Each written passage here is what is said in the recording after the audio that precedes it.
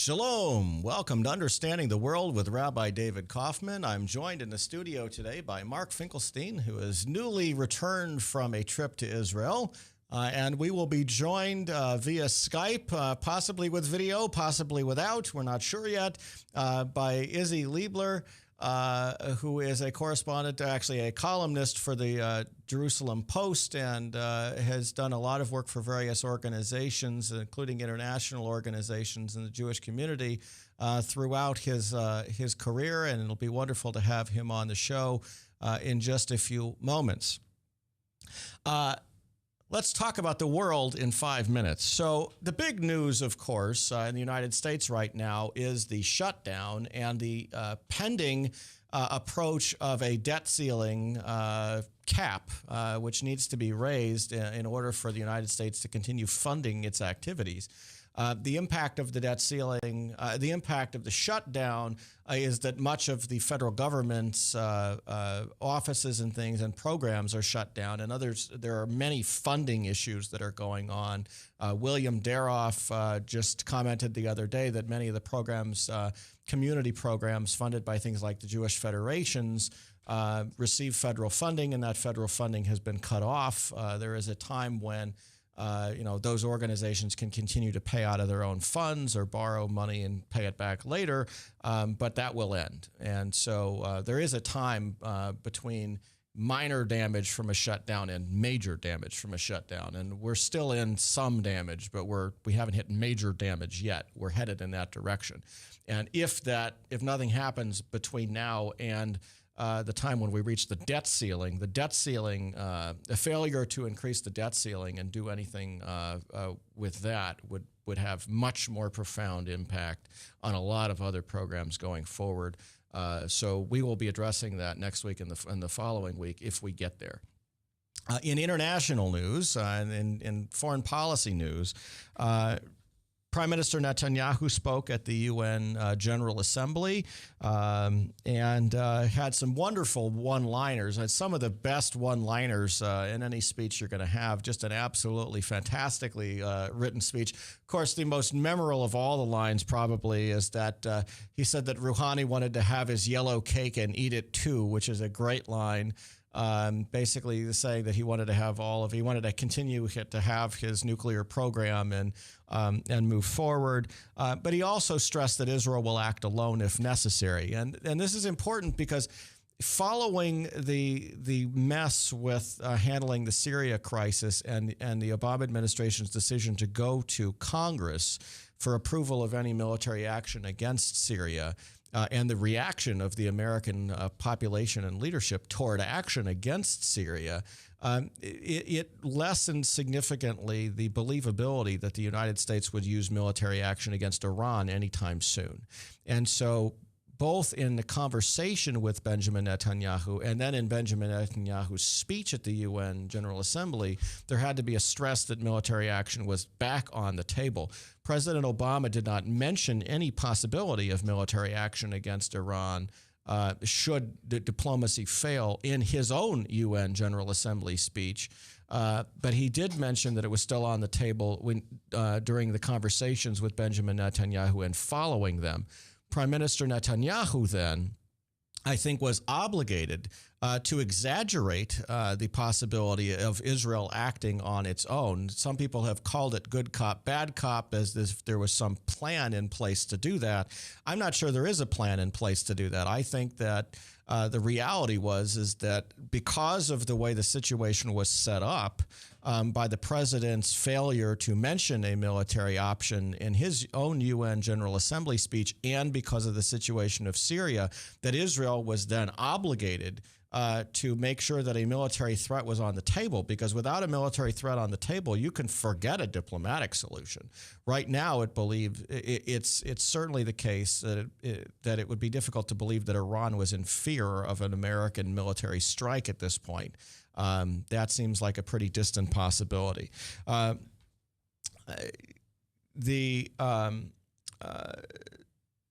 Prime Minister also spoke on a number of different talk shows this week and last. He spoke on Charlie Rose's show and said, my responsibility is to ensure the survival, security, and longevity of the one and only Jewish state. He spoke on Univision, the Spanish language channel, and said that Iran is building long-range ICBMs, international missiles, to reach the United States and wants nuclear warheads to put on them. That's the contention, and that seems to be what the argument is that I've heard from senators and Congress people as well. And then Prime Minister told NBC that Iran and the Revolutionary Guard conduct terrorist operations in dozens of countries, and that Iran's forces help Assad perpetrate the very massacres that the U.S. has pledged to stop. I can also add to that Iran supports regimes, dictatorial regimes and terrorist regimes in a number of different places, including Sudan, where we've seen Iranian weapons being used to commit massacres.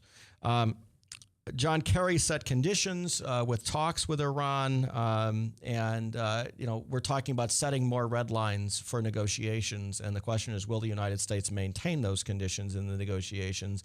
And also, when will we arrive at a time when negotiations are not an option? We certainly have to try it, and as Kerry says, we have to try a diplomatic option. The question is, how long are we going to try it? Meanwhile, we have other craziness going on. Egypt is actually talking about the possibility of engaging in military action, possibly including sending troops into Gaza to go after jihadis in Gaza who are fighting Egypt in the Sinai Peninsula, and they've had enough of that. They've actually been using unmanned aerial aircraft to scout out Gaza in preparation for strikes. Iran just got appointed to a seat on the UN Disarmament Committee, which is the very committee that is designed to prevent the spread of weapons of mass destruction. And here Iran is with a nuclear program that they don't even want to negotiate about. And just today, Vladimir Putin was nominated for a Nobel Peace Prize. Now, let's get this into context. Vladimir Putin was nominated for a Nobel Peace Prize for keeping a former Nobel Peace Prize winner, namely President Obama, from attacking a dictatorial leader who is committing mass atrocities and war crimes, who has committed mass atrocities and war crimes against his own people. Now, if that makes sense to receive a Nobel Peace Prize, I don't even know what this world is coming to. That's the most ridiculous thing I've ever heard of.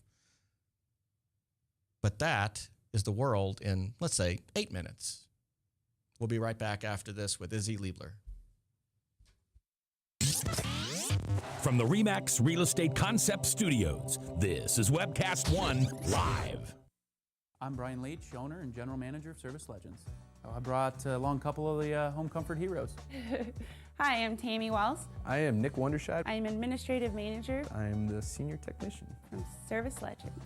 It seems like every good thing, when you feel it to the bone that it's good, there's a lot of hard work put behind it. I don't think that you can fake it and have it turn out good. You know, if we seem like, okay, that's just weird, it's just a furnace, why would you believe so deeply in a furnace? It's not just that, you know, we want to show the world that you can have good service. Yeah, I mean, it's gotta be, it's your home. You know, it's built into our daily trainings, it's built into our culture, that we're gonna do whatever it takes to have each client say they love us, period. That's why we spend all the hours in the training that we do. And if we guarantee it's gonna be a good experience for you, or else it's free, what type of work do you think we're gonna do? There is a guarantee. Temperature selection guarantee, fixed right or it's free guarantee, comfort guarantee, best value guarantee. All of these guarantees hold us accountable to ensuring that we exceed your expectations. And if for whatever reason we'd fail and we can't make it right, we guarantee all of those guarantees with a 100% money back guarantee. I mean, if you don't think that your technician can fix it right, are you gonna say that to a client? No. You don't have to worry about having a technician come to your house. We drug test, background check all of our team members. We put safe people in your home. Each and every one of our service techs, 400 hours a year in training. You tell it the minute they walk in the door. They know what they're doing, they've done their homework, and they actually truly care about what you want. Because at the end of the day, you're the person that makes sure I have a job. They're going to be listening. They're going to want to know what your challenges are. Then they're going to come and give you options, and you get to choose. If I'm there to help and I make it easy and painless, I did my job right that day. Well, when it comes to your comfort, safety, and your family, you don't necessarily go buy the most expensive, but you get the most bang for your buck. Oh, it's worth it because there's a lot of people that will find a way to get it to work right now and then leave and then come back, charge you again, and the cycle just repeats itself. So when I'm out there looking at the furnace, I want to find why it failed today. How can we change the part today with something that you're not going to have to worry about? Is it worth changing the part today? I mean, you can put a lot of money into a furnace. I can fix parts all day. There's good job security in that for me, but is it the right thing for you? I get a lot of the phone calls of after the technicians are there. They're just in awe. They're like, wow, you guys are great.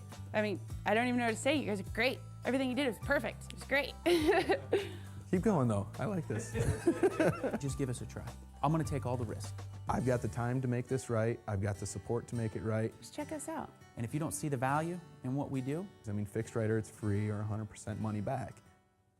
enough said. Shalom. Welcome back to Understanding the World with Rabbi David Kaufman. I'm joined in the studio by Mark Finkelstein, and we will be joined momentarily by Isi Leibler, columnist, weekly columnist from the Jerusalem Post.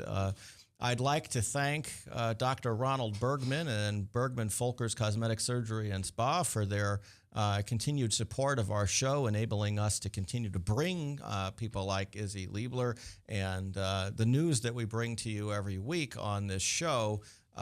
Without his support, we wouldn't be able to do what we're doing.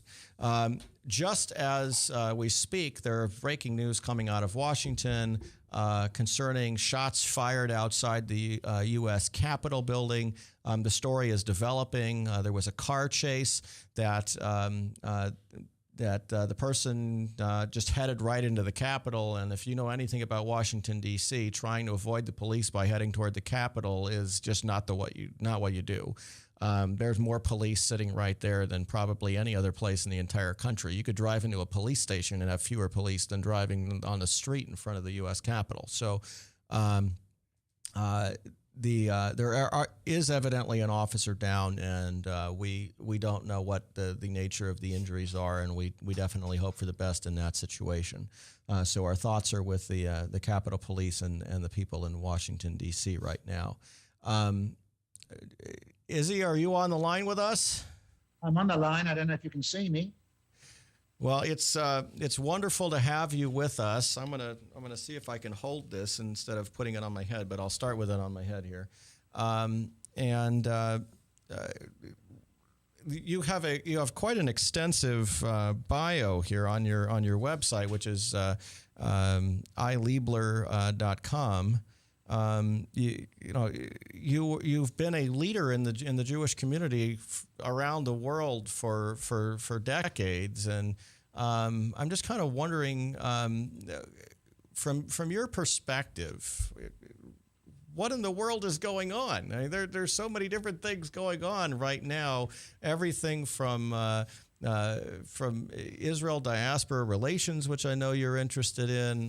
The Pew Research Survey came out the other day and is showing, while I don't really believe in the methodology that they used, and I question some of the results, I know that there are difficulties going on. And then, of course, there's the issues Iran and Syria and all of these things. What do you see as the major issues facing the Jewish world today? There are three issues. The first is the security and long-term viability of the state of Israel. And we faced an existential threat today from Iran, which I believe we're going to overcome, but these are going to be very difficult and troubling days. And one of my great concerns is the decline of American power, because if the United States becomes weaker internationally and regionally, it's not good for us. We can and will defend ourselves, but we need to be associated with a superpower which is strong, which will give us the political and logistical support we need to defend ourselves. The second factor, I think, is a question of assimilation and where the Jewish people in diaspora are going to go, whether the Jewish people in diaspora are able to sustain themselves, whether acculturation in an open society, which is devastating many aspects of Jewish communities can be overcome, whether we can find a way where we can maintain Jewish continuity. And of course, the third factor, which you don't face so much in the United States as in the rest of the world, is the fact that, say, 20 years ago, if you spoke about anti-Semitism, a lot of people said, well, the anti-Semite is a species which is becoming extinct. And I think today, there's no question in my mind that the biggest political growth industry in the world, a combination of many, many factors, has created a snowball of anti-Semitism, which in many respects is as bad as it was in the 1930s, even though we don't face the same sort of problems because we have a Jewish state and we have an ability to defend ourselves. But the extent of anti-Semitism, where, for example, 150 Europeans believe that Israelis behave like Nazis, that is a form of anti-Semitism because the values there are obviously biased and prejudiced. And in many respects, today in the world, instead of beating up on the Jew, it's much more easier to beat up on the Jewish state. And the anti-Semitism which emerges from that can be seen in many parts of the world. Led by the Muslim world, led by the far left, the extreme right has always been, and of course the traditional anti-Semitism which has been embedded in European culture for thousands of years. Isi, this is Mark in Des Moines. You have a lot of fans here in Des Moines, as a matter of fact. Let me ask you about American foreign policy. What do you believe motivates the direction it's taking? I believe that your president has the positive objective of building a bridge between the United States and Islam. I think that he's sadly mistaken when he believes that he can achieve that by appeasing Islamic and Islamist elements. And I think that his whole policy in this particular context has been extraordinarily unfortunate. And I think that we in Israel are the receivers of much of this because we're on the front lines. And in a sense, the Arab world is saying to him, if you can force the Israelis to come and achieve a settlement with us at our terms, which means basically disappearing from the map, because it's a question of Jewish sovereignty. It's not a question of real estate, or the Palestinians would have had a state already a long time ago. I think that this is a major problem for us in terms of American policy. And the fact that he has the belief that America should be less interventionist, that America should take a back row position in world affairs and allow countries to be more expressive, which means allowing rogue states to have a free run. So much as I admire certain aspects of your president, I feel that in this particular context, as an Israeli, I'm very concerned. And I would say that a lot of people throughout the world are very concerned because they want to see a strong and powerful America. Isi, do you think this is in some way a reaction to some excesses from some prior U.S. presidents? Is it some utopianism or perhaps some ideology that hasn't been fully explained yet? I think it's an ideology which is not directly expressed by, and possibly not even conscious on the part of the president himself. But it's certainly not just a reaction because he has demonstrated when he wants to, he can also be tough. I think it's this belief that by being nice to rogue states, you win them over. And I think that after the experiences of the last 4 or 5 years, the last 4 years certainly, he should have realized that this is a counterproductive policy and it has harmed him and harmed the United States and harmed, I believe, the free world. Did you see this evidence in his initial speech in Cairo in 2009? Was it? I think the speech in Cairo in 2009 was the core of it all because there he tried to extend even to the Muslim Brotherhood. Now, here I'm being perhaps controversial, but I feel that it was a catastrophic blunder to have any dealings with the Muslim Brotherhood. I consider the Muslim Brotherhood to be an evil Islamic extremist group. It's the body which spawned the terrorist group Hamas. It's a body which has engaged in terrorist activities. It's a body that I think represents the evil that there is in Islamic extremism. And to have tried to come to terms with them as he did then, and to have pushed over Mubarak, who was no saint, and I would have liked to have seen Mubarak less authoritarian, but he was still a real ally of the United States. I think he gave a shock to a lot of the other moderate Arab states, none of which are democratic, but made them think twice whether they can rely on the United States as a friend. Putin, the Russian dictator, certainly stood by his mates better than President Obama stood by Americans' friends, and I'm talking here about the Egyptians in particular. Yeah, and let's talk for a moment about Egypt as we're sitting here. I read an article about Egypt having unmanned aerial drones, essentially, overflying Gaza as preparation for potential military action against Gaza. They're fighting a war with the Muslim Brotherhood, and the world isn't even paying attention to it. I think only the Israelis may even be noticing that anything is going on. What can you tell us about that conflict between Egypt and Gaza and the jihadis and what's going on now with the Muslim Brotherhood?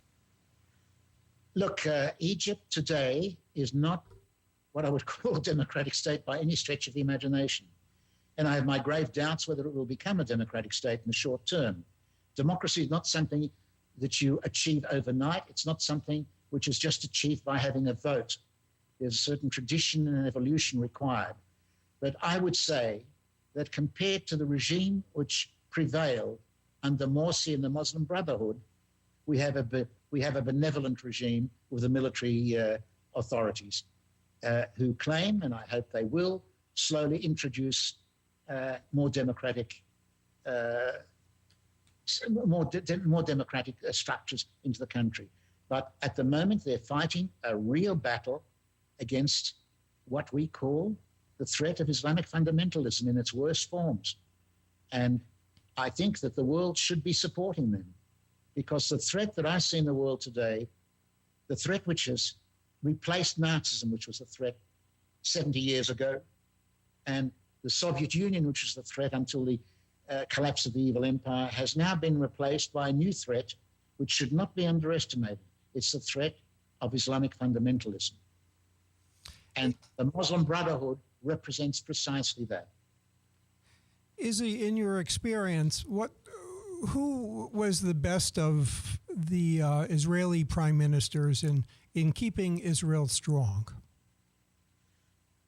I would say that until the Oslo Accords, all the prime ministers of Israel recognized strength.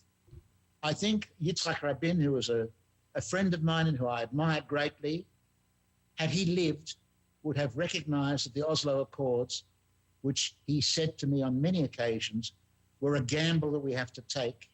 He would have come to the conclusion that the gamble was not worth pursuing, and he would have been much tougher than his successors towards Arafat and the duplicitous elements that pretended they wanted to make peace, but were actually encouraging terrorism. The real problem with us here is that you've had two prime ministers, Prime Minister Barak and Prime Minister Olmert, who virtually gave everything away, offered everything, once to Arafat and once to his successor Abbas. But both fled from any kind of an agreement, even though it meant they would have got 96% or thereabouts of the territories that were formerly part of the Jordanian territory, and they would have had their independent state. And the reason for that is, if you dig deep enough, in my opinion, there is a strong undercurrent, not of dividing the country into two, but a strong undercurrent of ultimately wishing to see the end of Jewish sovereignty in this region. And that is the reason why I fear that the present peace talks will lead to nowhere. We are going through this because we are being pressured by the Americans, but so far we've been doing all the concessions. And for example, President Obama said that he's very happy at the concessions that both Israelis and Arabs are making. How did he describe that? He said the Israelis released hundreds of murderers. He didn't use those words. He released hundreds of prisoners, something that I can assure you your country would never have done. We did this under enormous pressure from America. At the same time, he said, and the Palestinians are also trying. Look, they're indulging in negotiations. Wow. When you consider that the Palestinians were part of the problem, were part of the attempt to destroy the state of Israel in 1967. They lost a war, and now we are expected to plead with them to negotiate a settlement, and their concept of negotiating has been, we take, you give. That's not the way to find a solution. And believe me, the Israelis, myself included, would give anything to try to find an accommodation. We don't want to rule over Arabs. We want to separate ourselves. We can't do so under the circumstances where we cannot secure ourselves in a sense and ensure that our children will not become targets of terrorists and of foreign countries. Izzy, how do you understand the criticism that comes, for instance, from Haaretz? Haaretz is a newspaper which would be regarded in the United States or in the West as a far left fringes. It has a circulation of about 5%. It has a declining circulation over the last few years because I think that today in Israel there's a greater consensus than there has ever been. There's no more talk about retaining all of the Palestinian territories because we do not want to absorb all these Arabs. We want to have two states. We want to have two states which are going to be able to coexist together with one another. And at this stage, until we have an Arab leadership that is willing to genuinely coexist, the talk of two states is only talk. But I can assure you that the vast majority of Israelis, there are some that don't, on the both extreme right and extreme left, but the vast majority, probably 75, 80%, will be prepared to make major sacrifices to come to an accommodation. It's the other party which is intransigent because it is not an issue of territory as it would appear to be. It is an issue of our sovereignty and our ability to survive as a Jewish nation, which they're not even prepared to recognize. Now, Izzy, one of the things that I think has been an interesting development with the weakening of the United States threat against Iran is that Israel's attempts to work with its Arab neighbors to form a threat against Iran may be rising, and that may actually be a benefit for Israel in the long run, no matter what the U.S. does. It would be nice to get the U.S. to re-engage, but the fact that Israel is able to work behind the scenes with some of those Arab countries is a positive development. Can you talk a little bit about that? Look, I don't want to exaggerate that. I can see us working with the more secular inclined ones, but look, we may have a common interest with Saudi Arabia, but the Wahhabi ideology which Saudi Arabia has exported throughout the entire world can hardly make them a long-term partner for peace for us. And that's why I say there's a certain element of fantasy in believing that these people with their extreme ideology, fanatical ideology, can never come to terms with a Jewish state. If they can come to terms, and if the situation becomes aggravated enough that it's more than just a pragmatic get-together to pressure the Iranians who threaten them, that would be, as they say, min hashamayim, from heaven. We would certainly welcome it. But at this stage, I would not like to delude myself that we're there yet. The good thing for us has been that Egypt has broken away from the Muslim Brotherhood. And whilst we may not be allies with Egypt, we can collaborate, and we do have genuine identity of interest in certain things, particularly terrorism, with them. Well, let's move on. Speaking of allies and speaking of the Muslim Brotherhood, let's move north a little bit. How about Turkey, the historic ally of Israel that has now become one of the leading supporters of the Muslim Brotherhood in the world? What are your thoughts about Israel's relations with Turkey and what Turkey's own future looks like? I regard Erdogan as a bigoted anti-Semite, as a man who's an Islamist, who has dreams of running a new Ottoman Empire. I think he was deeply disappointed when the Muslim Brotherhood was pushed out of Egypt because he was looking to have links with them. And the Israelis, under pressure, again, from President Obama, and out of a desire to work with Turkey, because we did have, as you say, long-standing relations with them, and they were very good, tried, even went through the farce of apologizing for killing terrorists who were trying to kill our troops. We went through the farce of apologizing and even paying compensation to their families. Again, something which no other country would do. We did that for the sake of peace. But he did not live up to the commitments that he made. And as of now, he's still trying to exclude Israel from any participation in NATO or any other international affairs. As long as Erdogan is there and in control, I feel very disillusioned about our relationship with Turkey. But the Turkish people, in the long run, can still come good, because the heritage of Ataturk can't simply be destroyed overnight. And I'm hoping that one day will come, in the not too distant future, when this man will be moved aside and we'll come back again as we should. We had a very good relationship with them in the past. Isi, what do we know about the Jewish communities resident in both Iran and Turkey? In Iran, there's a tiny Jewish community, which is, tolerated in the sense that they're showpiece to show that the Iranians allow their dhimmi minorities to exist. In Turkey, there has been a proud Jewish community which has been undergoing great tensions and pressures in the last 3 or 4 years under Erdogan. And some of them may emigrate if the pressures do not become less intense. Now, let's talk a little bit about challenges to the world, for the World Jewish Congress, and particularly looking at the West. Let's talk Europe for a minute here. What do you see going on in Europe now and in the near future in regard to relations between Europe and Israel and the position of Jewry in Europe? Look, Europe has been conquered by postmodernism. They've become secularized to the extent that they've rejected just about everything of a religious nature. And in rejecting that, they have also somehow or other tried to atone for their colonial background. And they've found a useful scapegoat in turning towards Israel and Zionism as a method of expressing their frustrations with their own past.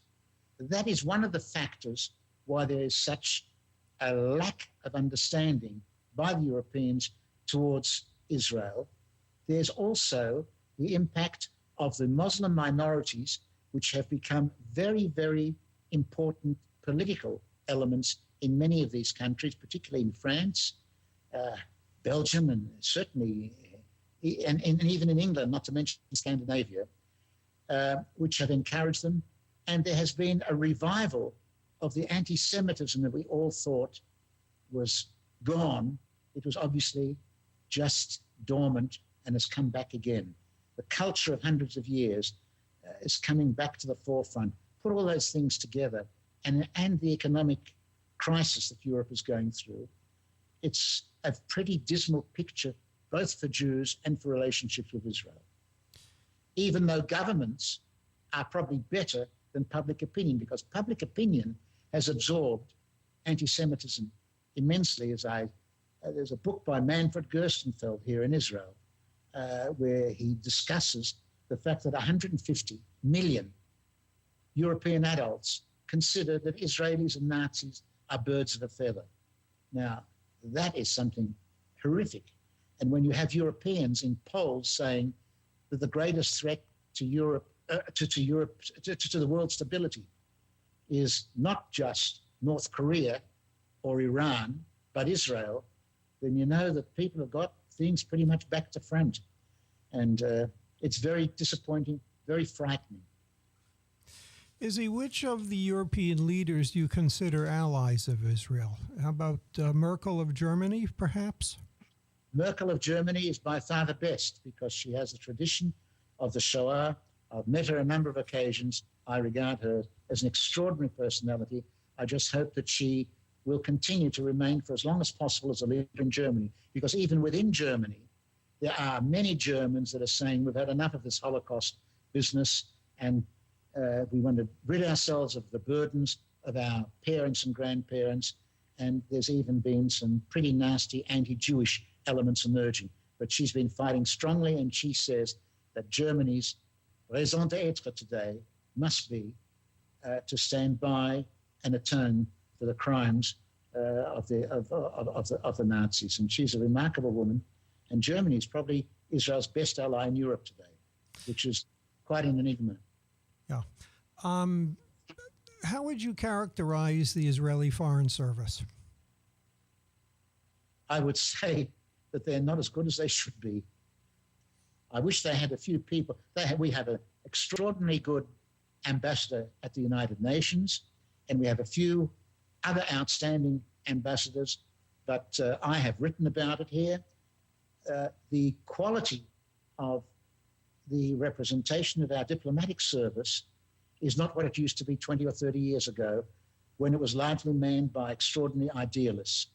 Here it's become much more of a bureaucracy, and in some places you don't necessarily get the best representatives there. Now that does not apply to America, and it does not apply to a number of key places, but you're asking me in general. I have to say what I've written publicly. I've said our foreign ministry should pull its socks up, and it should do better than it is doing, because it has not been able to convey the message of Israel effectively throughout the world. I know one of the issues that people want to hear about is the negotiations between the Israelis and the Palestinians. And I've been making the point that we are only hearing some of the side of the Palestinians and not the Israeli side, because both sides were asked not to talk about the negotiations. And the Palestinians have upheld that requirement about as well as they've upheld previous requirements, namely not at all. But the Israelis have actually maintained some silence on the negotiations. I'm kind of wondering what you think is a reasonable possibility coming out of this. I've heard people talk about temporary, some minor steps forward. But the Palestinian leadership seems to say that anything other than a full, complete agreement isn't going to happen. What are your thoughts on what might come out of this, if anything? Look, what's going to come out of this is a blame game. And we're very, very keen to demonstrate with sincerity that we're willing to make all the sacrifices for peace, but we're not prepared to sacrifice our children and our grandchildren and create a situation where our security is going to be jeopardized. And I think that Prime Minister Netanyahu made that very clear in the few minutes that he spent in his speech when he referred to it. One of the key obstacles to all of this is that Palestinians talk about the Arab refugee right of return, which effectively means that anything, and that means not only Arab refugees, because the majority of Arab refugees have already passed on to another world. It's a long time ago. But we're talking now about their descendants. So we're talking about 5 or 6 million people coming back into Israel, which of course would mean the end of a Jewish state and the end of Israel. No Israeli politician can ever come to terms with this. And the Arabs have said they'll wait 1,000 years if necessary, but they will never give up on this. And Abbas, who I consider to be somewhat duplicitous because he talks very nicely sometimes in the United States, but at the same time, he spends a great amount of his own limited budget and money that he gets from other countries to commemorate terrorists and to set up pensions for families have relatives who blew themselves up and killed Israelis. I mean, he's a very duplicitous fellow. He too, I think, even if he wanted to do it, would be murdered the next day if he gave up. So I'm very sad to say, as are most Israelis, I cannot see anything coming out of this, and I consider it somewhat of a charade that we're going through because we're desperate to show the world, and particularly the United States, that we want to go and do what we can. I am totally pessimistic about a realistic outcome. What could be achieved would be some sort of an interim solution, but if the Palestinians say they're not prepared to accept even that, then we won't even be making a step forward. What they're trying to do, the Palestinians, is to get us to make commitments step by step and kind of piece by piece take us apart. I think we've come to the level where we say no more unilateral concessions. The last unilateral concession was made when we pulled out of Gaza, and all that happened there was that it turned into a nest for terrorists. It was used as a vehicle to bomb our civilian population with rockets. So I think the time of unilateral concessions is over. There are a lot of people who, I believe, think that if Israel believes the negotiations are a charade, that the Israeli government can be bold in what it pronounces out loud, and with the expectation that the Palestinians will never reply positively to it. Do you share that opinion? I'm sorry, I didn't quite catch you. Okay. If it's a charade we're dealing with in the negotiations, is there something that Israel can say that would sway international opinion, knowing that the Palestinians would not even accept whatever it is that Israel puts on the table that seems to be wonderful? Well, it's very difficult to negotiate and to give up things in advance, because that's taken as a next step forward, as a benchmark for the next negotiation. Olmert, for example, gave up 97% of the territories, offered them. He also offered, which I don't think the people of Israel would have accepted, to give over virtual total control of the Temple Mount, which is equally important to the Jews as it is to the Muslims. Now, after having been knocked back from that, and after saying we want to have two states, what more can we do other than be specific, even more specific? How can we be more specific? We say that we're not going to give up the settlement blocks, which represent about 2 or 3% of the territories, and the rest is up for negotiations. We can't say more than that. What we want is security.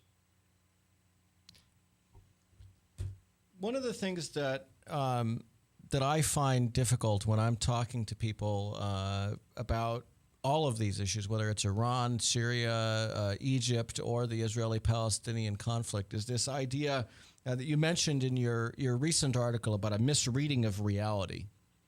And I just see this idea that there's a narrative out there that simply is not in touch with reality. That there's this narrative out there that says everybody is willing to get along.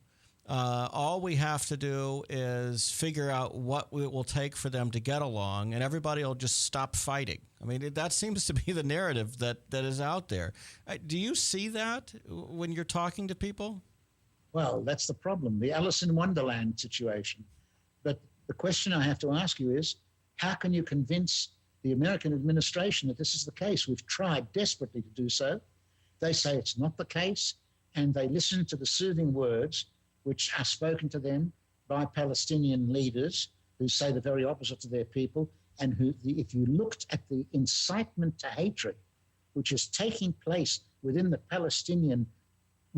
so-called good, amongst the good Palestinians, the PA, the Palestinian administration, not Hamas, if you saw the incitement and hatred which was just poisoning their minds, I can say it's impossible to expect people to look towards coexistence when this sort of thing is being pumped out in the schools, in the kindergartens, in the mosques, and in the media and on television. You have terrible things with children talking about killing Jews. I can give you chapter and verse. It's a terrible story when you look at that. And it's black and white, but we can't get the message through to the world. And the world doesn't want to listen to us. You feel very isolated here sometimes because we see reality. But the world is working on a basis as if we're dealing with gentlemen. We're not. Well, and in that light, let's talk about Rouhani and the Iranian push to seem reasonable here. What do you think about Rouhani? Well, I've got a piece coming out tomorrow where I discuss him again. Rouhani represented the worst of the Iranians. He was the head of their security setup. He was in charge of negotiations, and he actually boasted a few years ago how he conned the world into believing they were not developing a bomb. He was a man that was in control of terrorist activities at a time when the Jewish Community Center in Argentina was bombed and 80 people got killed. He was the one who was responsible for the acts of terrorism against Americans. I mean, the man looks nice, speaks nicely, has a great smile and is charming, but unless there's I wish it were true. I must say to you, nobody more than Israelis would like to see this matter resolved on a diplomatic basis if it could be resolved. But trusting them, I wouldn't trust them an inch. And you have to look, even from their religious point of view, they say that they're justified in telling lies if it's for the ultimate benefit of Islam. I mean, this is a refrain you can see again and again in their own scripts. Are there issues that you're thinking about that we haven't addressed right now that you'd like to talk about with us? I know there have been many different things that you've done over the course of your career dealing with Israel and diaspora relations. There's the issues of pluralism in Israel and religious freedom in Israel, those kind of issues. What are your thoughts about those kind of things? Look, what we need in Israel are more American people to make aliyah here and have an impact, because for most Israelis, religion is orthodoxy. And there is scope for all sorts of people in this country. There is freedom of expression, but you have a ultra-Orthodox element which has become more extreme over the years, and I think there are efforts to bring them into the world. I hope that they will serve in the army.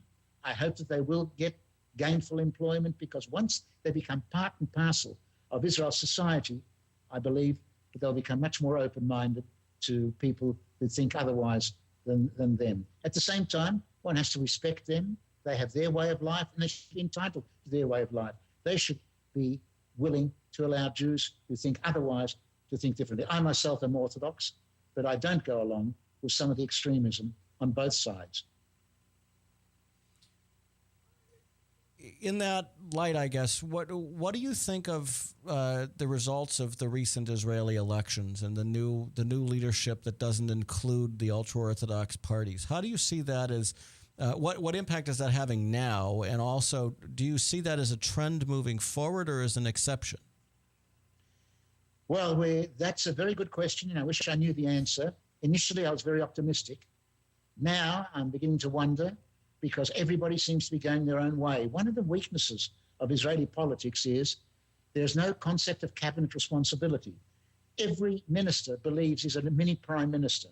The prime minister makes a statement, and two ministers get up and say the very opposite. This is chaotic. It creates confusion amongst Israelis. It creates confusion amongst our friends. And I think it strengthens our enemies. I think that what is needed is for our government to get its act together, and once they make a decision, they act as a responsible government should act. If a minister feels that he's really against something, he's got to speak up against it, let him do so, but he has to resign. Otherwise, he should accept the majority viewpoint. There's got to be some sort of collective responsibility. That's what's lacking now. We're very fortunate. Netanyahu is a remarkable man. He stands head and shoulders above anybody else for the time being. He is gifted with extraordinary communication skills, as you've seen whenever he's spoken at the United Nations or elsewhere. At the same time, he's a one-man band, and I would be happier to see him working closer with a group as a collective rather than as an individual. I have faith in the government of Israel with all its weaknesses. If you look at what we've achieved in this last 40 years, well, ever since we've been created, if you look at the extraordinary achievements of Israel, if you look at the IDF, the way it's able to look after itself, if you look at the social, cultural, and religious phenomenon that has developed in this country, it's one of the most exciting countries in the world. I come from Australia, which really, in terms of quality of life, you can't do better. But I can't say I look back one moment since I've made Aliyah and came to Israel. because this is a country where people who are really committed to Judaism, this is the place where it breathes, where you live part of it, and where you see a future growing, and where you have confidence that whatever will be, this country will overcome its obstacles and challenges. And I am very confident of that.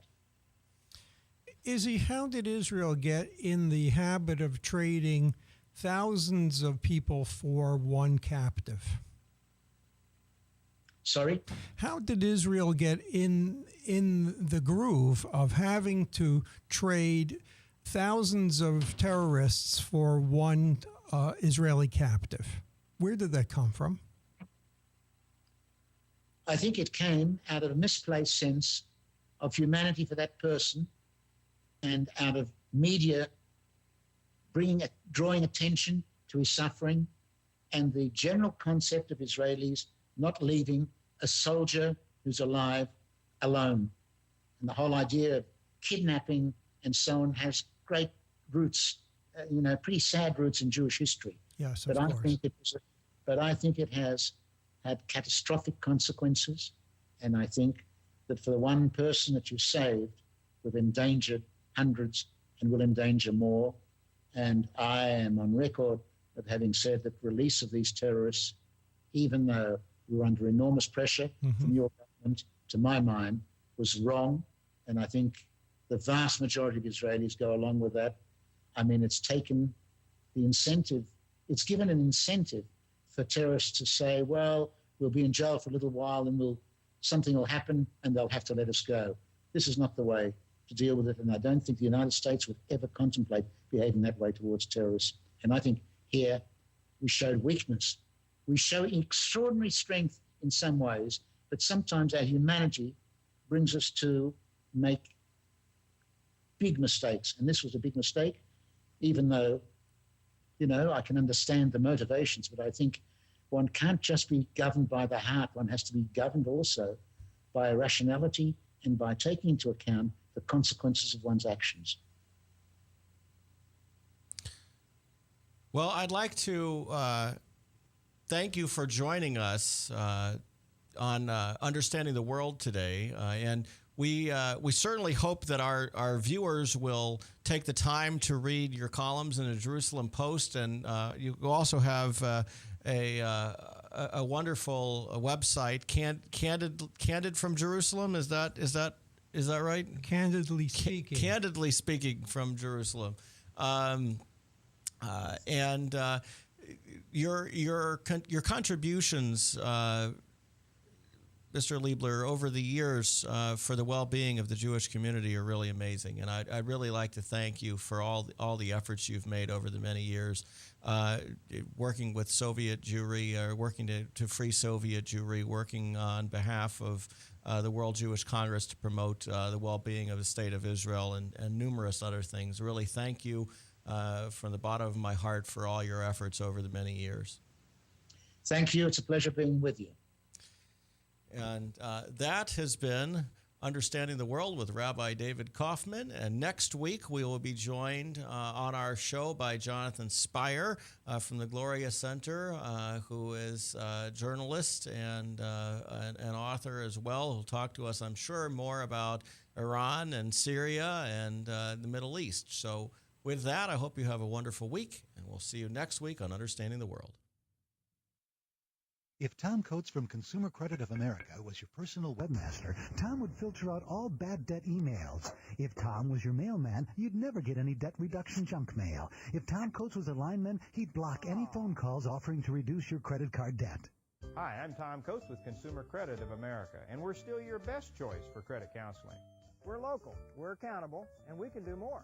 You make the call when the time's right for you. When it comes to competition, there really is none for Consumer Credit of America.